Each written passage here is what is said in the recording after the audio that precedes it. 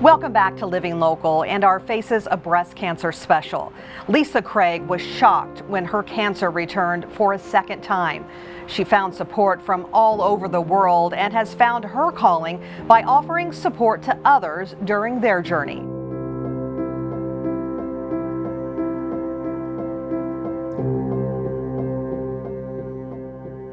It's really important to know your body and know what changes happen so that you can have something checked out.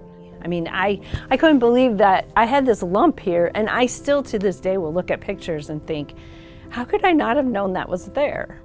Because breast cancer, I call it the BCB, which is the breast cancer, can't say that second or that third word, but because it's a sneaky devil and it can sneak up on you when you're not paying attention. Well, I've had 2 diagnoses. In 2013, so 10 years ago, in July, I had found a lump, and took me a while because I thought maybe it was just a weird lumpy thing, but it didn't go away, so I called the doctor and went in and subsequently had biopsy, and it was breast cancer.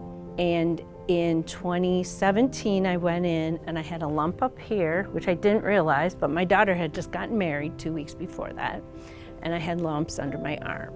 And it was back, and so then I had to learn a whole new word, or new vocabulary, because that was diagnosed as metastatic. And I trust my doctor, I love my doctor and the nurse practitioners. That's an important thing, because if you don't trust your doctor, then you're not going to be comfortable along the way. Because I know my doctor and we'd go round and round sometimes.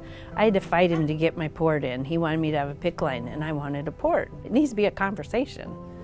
And you need to understand their opinion, and they need to understand your opinion. People are afraid a lot of times. They don't want to question the doctor. They don't want to make the doctor mad. Well, if the doctor gets mad, that's on the doctor. And sometimes I swear when I go in there, one time I went in with this list, and it was really, really long, and he goes, oh my God, he goes, are all those questions for me? And I said, no, this is doctor day. I have 3 doctor's appointments. Your part's this part. Well, you had to be. You're your own advocate. And if there's something you don't understand, you need to question it. You need to ask. Research. Research has come so far, and I'm convinced that if they knew in 2013 what they knew in 2017, I would not have had a reoccurrence. Support is important, and accepting help is really important. I was lucky both times. I had a wonderful support group. People would send me cards. I had some people that would send me a card once a week. I got so many cards, and I did them around my room, so when I was laying in bed, I could look up and I could see all this love that was there for me, and I felt blessed. It was just wonderful. And I was lucky because I worked globally the first time.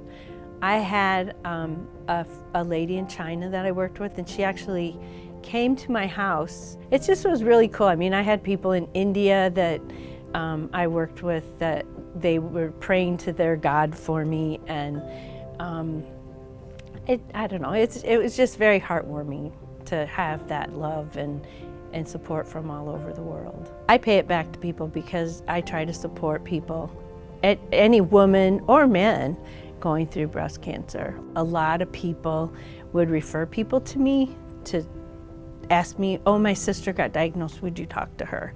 Or my friend got diagnosed, would you talk to her? And so I've met a lot of people that way. It's a network, and I always have said it's a sisterhood that you don't want to belong to, but once you're there, it's really a wonderful sisterhood. Because if you haven't been through it, you don't have a clue. You might think you do, but you really don't. One of the ways that I made decisions was I sit down with somebody and say, okay, tell me about your cancer. What decision did you make, and why did you make it? Because that's one thing, it's amazing when you go through it. There's things that no one tells you unless they've been through it. I just did learned as much as I could about it so that I would know what was going on, but that's kind of me, I guess. So, and that was another thing I learned about myself when I went through it was, okay, what do we do next? What do we do next? What do we do next? As opposed to, I just I didn't fall apart. Which amazed me about myself, because I figured I would just collapse, and but I didn't. You're strong when that's the only choice you have. That's what you do.